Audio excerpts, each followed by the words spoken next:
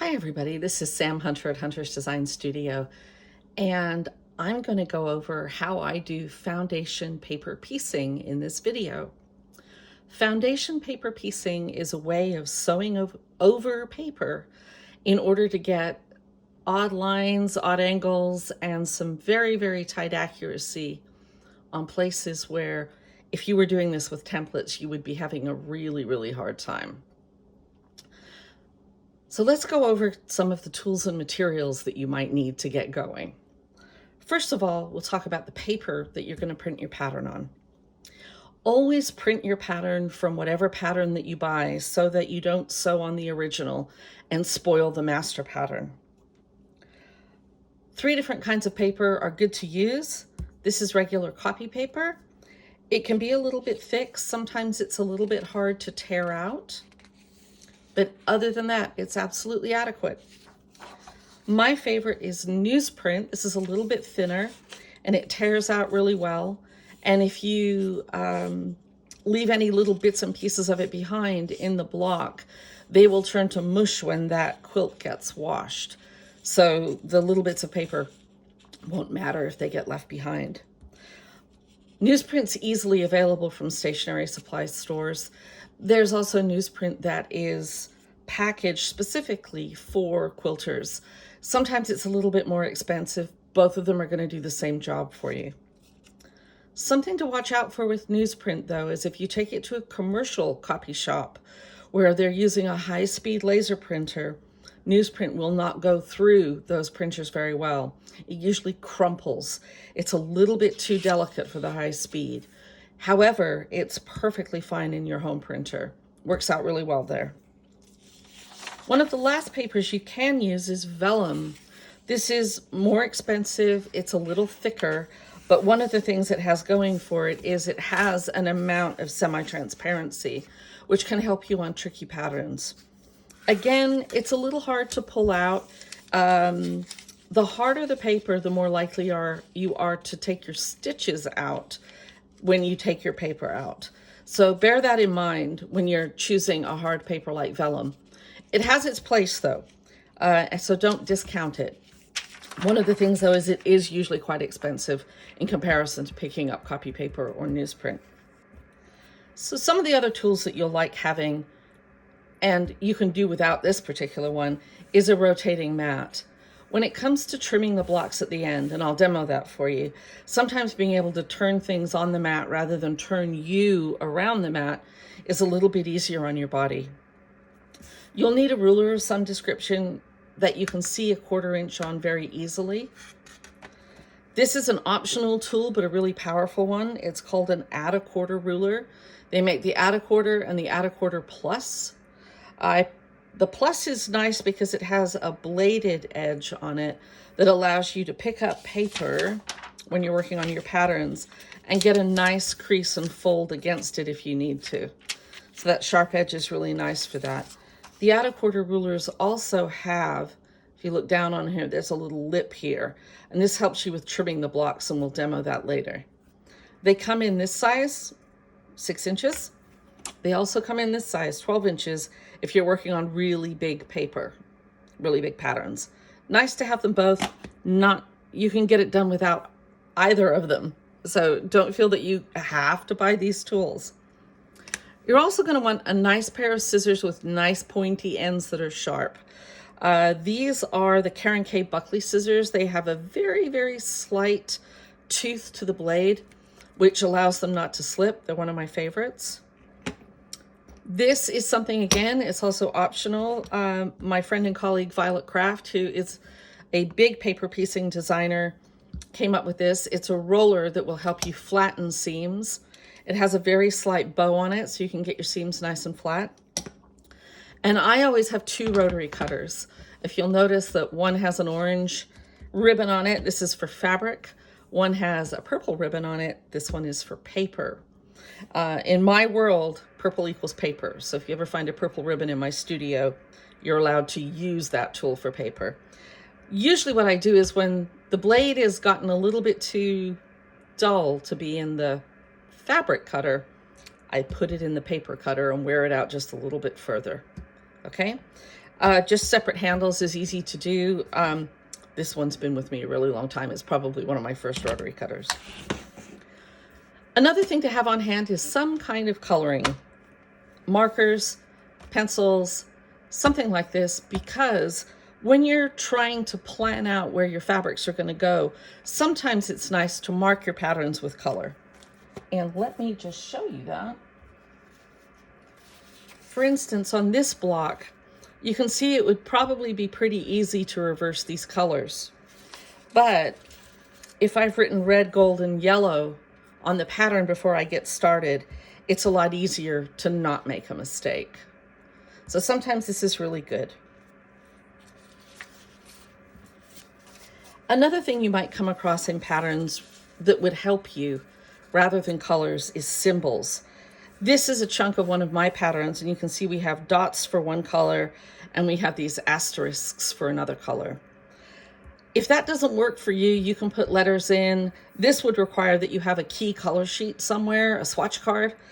But anything that you can do to mark the pattern in a way that helps you get your colors on in the right place means you're going to spend a lot less time with a seam ripper. And I probably should have shown you a seam ripper, but I think we all know that we should have one of those around. So what should you be looking at when you get a pattern for paper piecing? One of the things that most paper piecers have on their patterns is a mark similar to this one. It could also be L-shaped, where it designates what the size of a square inch looks like.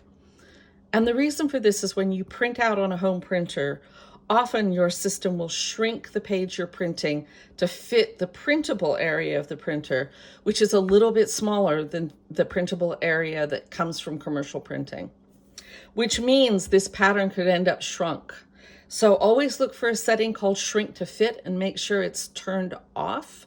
And one way to test that this is actually the right size is to look for marks like this, pop the ruler over it, and make sure that they're okay. All right. Another thing that you're going to want to have in some way on your pattern is some designation to have you watching out for the seam allowance. On my patterns, I write it all the way around the sides. And the reason why I don't draw what would be a 1/4 inch line on the pattern is because if you shrink or enlarge this pattern, that 1/4 inch seam then changes. So what I do instead is I write around the edges, add a 1/4 inch seam allowance. And the reason for this is, I have to tell you, when you're trimming the block, if there's no writing there, I usually trim the block right along that line, and then I have to make it over again.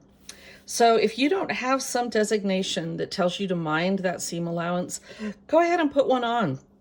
Stripe of highlighter will do it, stripe of colored pencil, some kind of a little squiggle, keep you honest.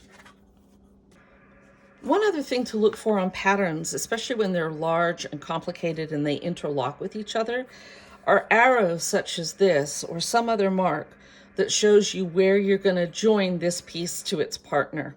So just keep an eye out for those. It'll help get your alignments done when you get your pieces together.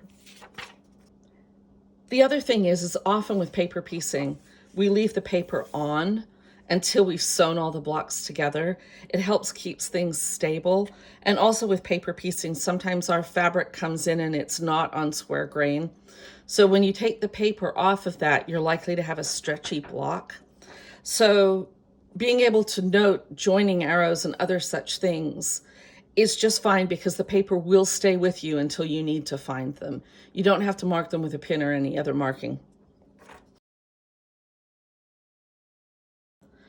And so you've done all your pre-work, you've gathered your tools, you've marked your patterns. This is one of the letters from Quilt Talk. And what I did is I put dots in to signify the letter and I left the background blank. So you would only have to color these if you were going to do all 3 pieces different colors. Then the next thing you have to do is cut the blocks apart. I usually use the paper cutter, just get some broad lines, leave yourself at least a 1/2 inch here, and just chop them apart very, very roughly. This doesn't have to be perfect. You don't even have to keep the ruler out for it. Okay. Now, I like to do pre-cutting of my fabric pieces when I paper pieced. I effectively kit each block before I sit down to sew. One of the reasons I do this is then I'm not jumping up and down all the time. I'm not searching through fabric to cut the right piece every time. But one of the other things about it is it allows me to make some measurements on what I'm doing and then cut strips that would allow me to cut the larger pieces. So I'm just gonna grab that piece of paper back out of my trash can here, and we'll use this for notes. There we go. So if we're doing the capital A, we need background, background, and background. So my rule of thumb is that you measure the depth of the piece as it would be pieced. On paper piecing, you always piece in numerical order. So number 1 goes first, second, third, fourth, fifth. Fourth, fifth, sixth, seventh, the way this is numbered. Those are actually swappable. So this piece here, number 7, is going to sew along that seam and flip outwards. Okay? So at a minute, the piece has to be about an inch deep just to cover it.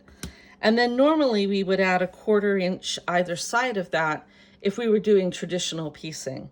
With paper piecing, it helps if you have a little bit more room to slop around. So I always add +1 inch to every piece in all directions that I'm going to use. So a 1 inch strip would get me here, but I'm going to cut a 2 inch strip instead. So we've already decided that 2 inch strip will get me this piece. It'll definitely get me that one. But how big is this one here? When we look at how it's going to go in, it'll go here, pieced this way. And this piece is also an inch deep, which means that same 2 inch strip is going to work for me right here. So if I take a 2 inch strip of background, I'll be able to cut pieces for all of these. Now that 2 inch strip might be a little bit big for here, but you have the choice between custom cutting every single piece, which takes a lot of time, or cutting strips that do the job for most of the pieces, which will save you time, but might cost you a teensy bit more fabric. I prefer to go with the larger pieces because then I spend far less time with a seam ripper in my hands. So that's what we'll do. Now we'll look at the bars of the A. You can see that this dimension actually is smaller than the width here of this dimension. So this is the one that we need to note. Put the ruler on here. It's about 1 1/8, which means I would go to 2 1/8. And just to make it easy to read the ruler, I would go with 2 1/4 for the letter fabric. Now, I showed you my lovely black and red and gold piece earlier, this one. And let's take a look at how you would measure for this guy.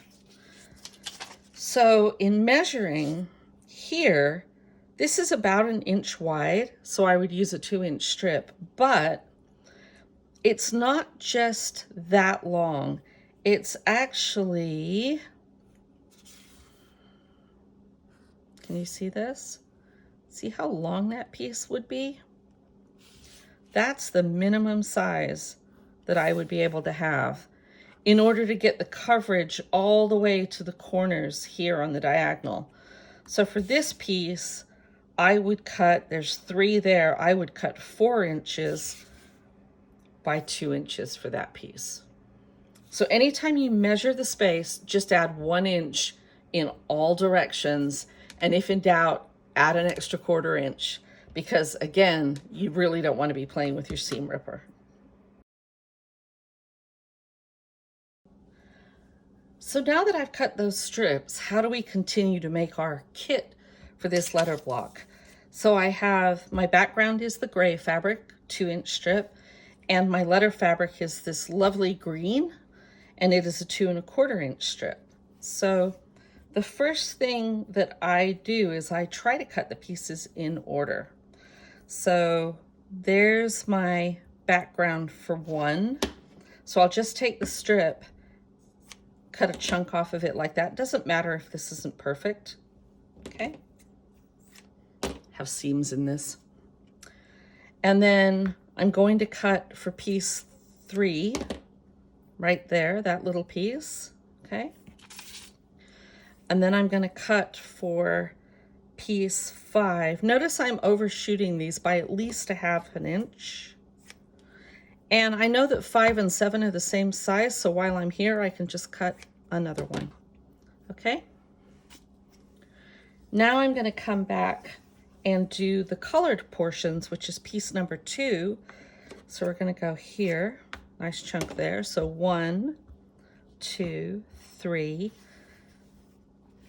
Now again, piece number 4 is gonna come in from here, but look how far it goes up here.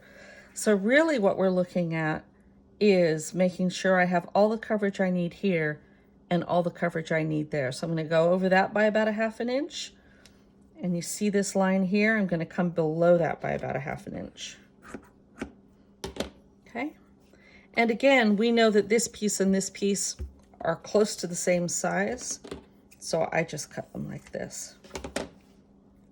So 1, 2, 3, 4, and 5, 6, and 7, and then I do this so they're in the right order, and then that letter is kitted, and I can go on and cut for other letters and then go stack them all up at the machine. Okay, now we're going to sew the fabric and the paper together. So I've got my kit of fabric and I've got my paper pattern. So a couple of things first. If at all possible, if you have your machine set into a table or you have a table extension, use it. The flatter the surface coming into the needle, the more accuracy you're likely to have. Next, make sure you have some fine thread in here. The thinner the thread, the easier the turning of the fabric becomes with the paper. Stitch length. Okay, some people work with a super tiny stitch length on paper piecing, but I prefer to work with one that I can still just get the point of a seam ripper into. As we all know, it's kind of hard to sew without ripping occasionally. So I'm on a Janome machine and I'm working at about a 1.7 or 1.8 stitch length. Quite tiny, and it won't tear out when I tear out my paper. So the first thing we're going to do is place our first piece of fabric right sides out on the back of the pattern. Okay, it's going to go right about here, and we're going to double check it. I can't show you how I check it against the light because the light's over my head. But what I did is I held this up and I looked through here to make sure that at least a 1/4 inch all the way around this piece of fabric had coverage. I'm going to pop a pin in just to hold it tight. When you get good at this, you don't have to. Now, you're going to be sewing across this line once you add this piece of fabric, okay? And so where's that piece of fabric going to go on the back when you can't see the line? Well, the way I do it is I lay this down and I roll it up until I find the line that I'm going to be sewing across.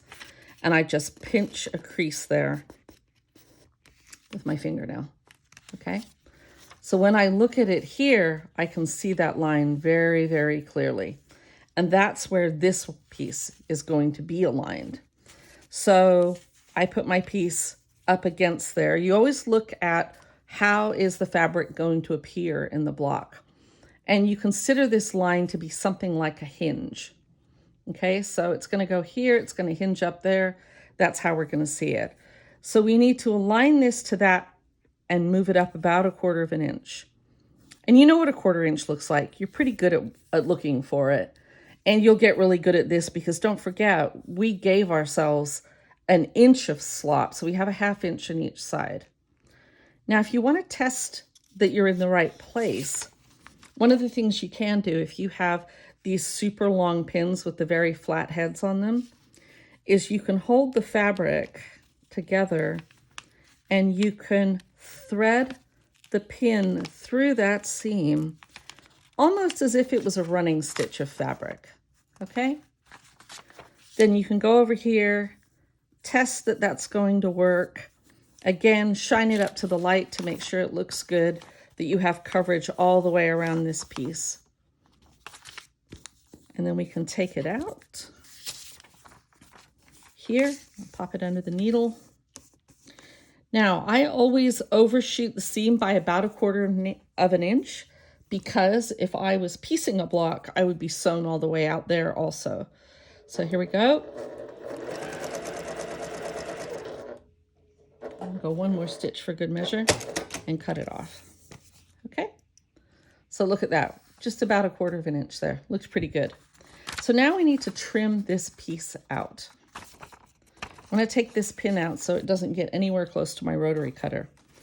So fold this back at that line, and you can use your add 1/4 ruler. See where this ledge is? You put this down, the ledge goes up against the paper, and then you just cut just like that. Okay, so now we have a nice 1/4 inch behind. And this is where you can use your seam roller, or just run fingernails along it and finger press it. Okay. Our next piece is piece number 3, this little triangle. So again, I come in here, roll up on that, pinch it down, so I get a nice crease from here. This gray is a little bit difficult sometimes to see the back from the front. Right side's down. Remember, we're going to act like it's a hinge at that seam. I'm just going to hold this, flip it over, come in about 1/4 inch away.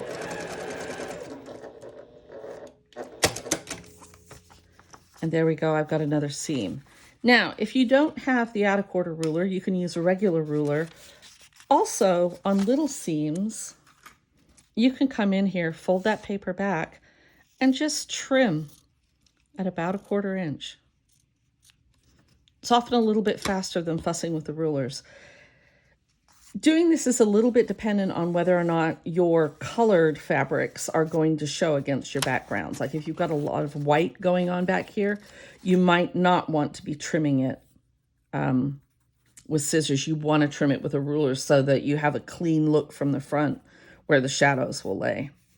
Okay, so next we're going to be putting one of the sides on, this side number 4. So I'm going to come over here, I'm going to roll up. Okay. You can see that lovely line there. This is the A, so it's going to be green. Now remember, the top of the A is over here, okay? We look at it, it's right up in here. So this piece not only has to go along that line and up 1/4 inch, we want to make sure it has full coverage all the way along this piece in order to go over.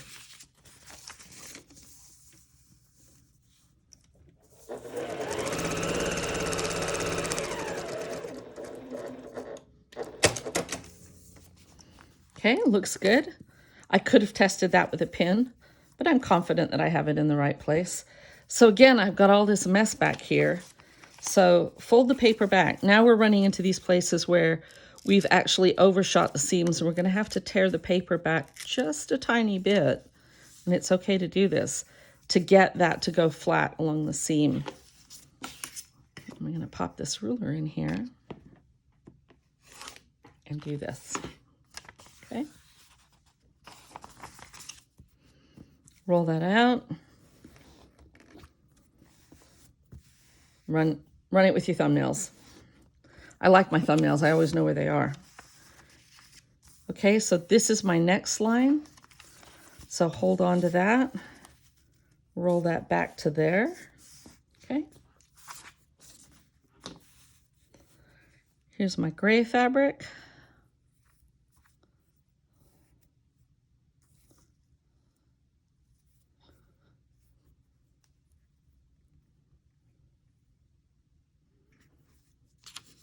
Another thing that's easy to do, if you do want to test it without the pin, is pinch thumb and fingernail at one end of it, and at the other end of it, you're doing this with your thumb and fingernail. Double check over here. See if your pinch is 1/4 inch in, okay? And mine is.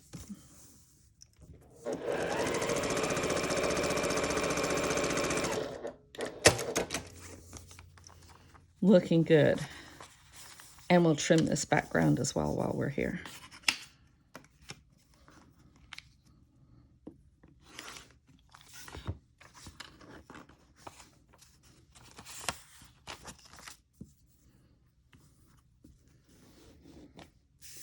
Come over to the other side of my A.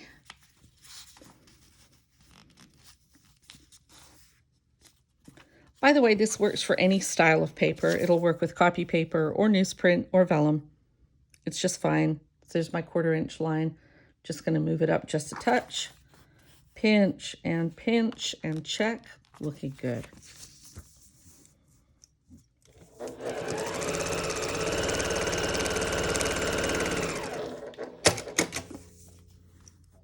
Okay.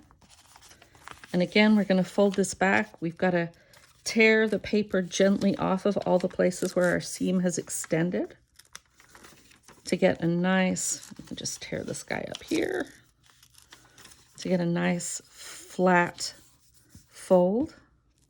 There we go. So all this paper is going to come off eventually anyway, so it doesn't matter if it gets a bit mangled on the way. And if you do get it really mangled, just pop a little piece of tape across it. If you do have to rip a seam out and the paper starts falling apart at that seam, just pop a little piece of tape across it. Don't put too much tape on because then you'll have to pick around it when you want to get the block taken out. Okay. So see how short this is on this paper? The first thing I'm going to do here is double check that I'm still good for 1/4 inch over here, and I am. But that's something to watch for. Okay. And then I'm going to put my last piece on. I'm going to do this, and that's going to go up there. Okay, I'm doing it from the other side. Pinch, pinch. Looks good.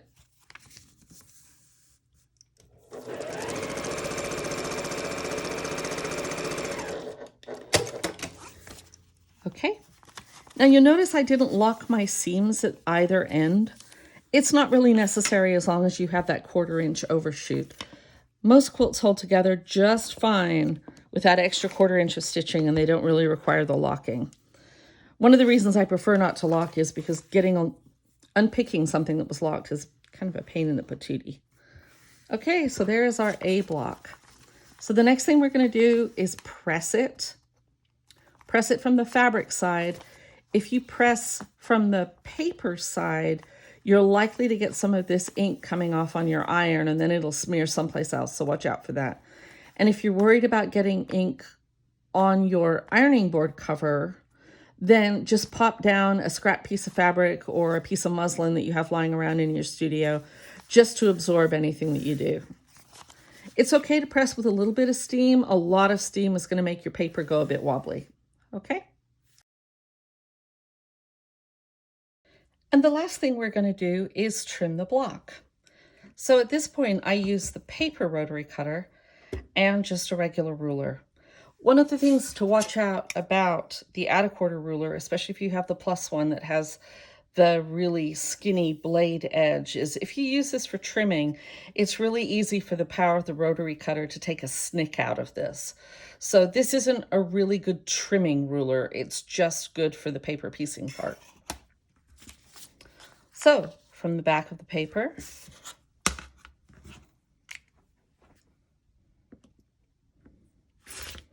okay.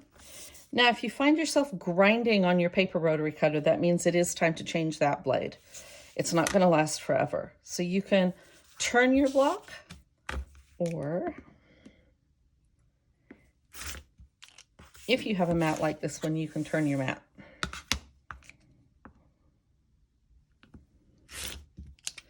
I don't recommend trying to cut away across your body. Just cut away from you. It's the safest thing you can do. Okay.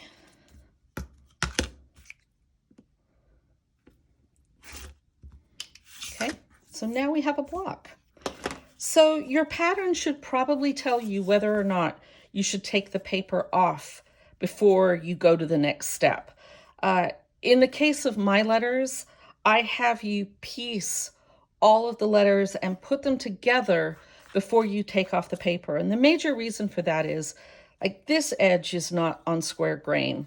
Our strip came in at this angle, so this is stretchy right here, okay?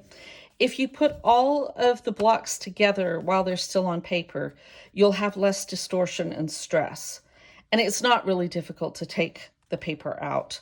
In the case of this one, and I'm going to strip this guy for you right now, is hold your finger down at the top of it and just give it a tear. This is how easy the newsprint comes out. And then on a seam like this, where it's still kind of attached to the stitches there, just give this a very slight tug. See, you've got a thumb under there. Pop a finger underneath and loosen it up. You've already folded along these lines while you were cutting and manipulating. So just pull it out. These little pieces come out. Tweezers will take care of it. Most of the pieces that are going to give you a little bit of trouble are going to be right up in the seam allowance. Just like that. Like that. That. 1, 2, and 3. Here we go. Okay, so you notice these two little pieces here? We can take these out or take them out with tweezers, or honestly, you could leave them behind. They're not going to harm anything on the inside of a quilt. And the first time the quilt's washed, they'll absolutely dissipate. So the last thing that I wanted to show you, having done all of this, is to take a look at the size of the scraps that are left over from paper piecing. And what you'll see is, if you've measured them right, and we measured them generously, remember that, okay? And let me just go get the other pieces as well. Okay, woo, it came out of my thread basket. You'll see that we haven't really wasted much at all. So that little extra generosity makes things so much easier. I didn't have to readjust anything here. I didn't have to take it out and try again. So consider that giving yourself just that little bit more fabric is an absolutely valuable payoff in terms of having ease on making your blocks. So if you have any questions, get a hold of me through the contact page at huntersdesignstudio.com, or ask the question below at the video and we'll do our best to respond to you. I hope you add paper piecing to your skill set. It's really a lovely way to make lots of fun things. See you next time. Bye-bye.